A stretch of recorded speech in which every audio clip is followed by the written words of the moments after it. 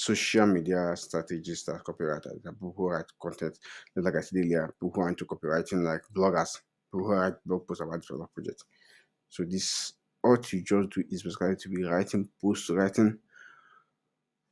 making trade about this particular project. It could be Twitter trades, it could be normal website blogging post, and you keep on writing about this particular project, creating awareness about it, creating the is it the it's not the reducing the ignorant level about that particular project. What I think now I mean means letting people know about the particular project, telling people about this project, creating awareness about this project. Okay, that is that is a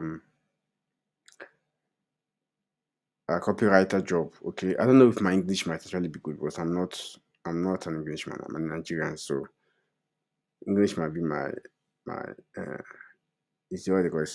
Might be my future language, but that's not my franca lingua. So please just forgive me if I didn't speak it very well.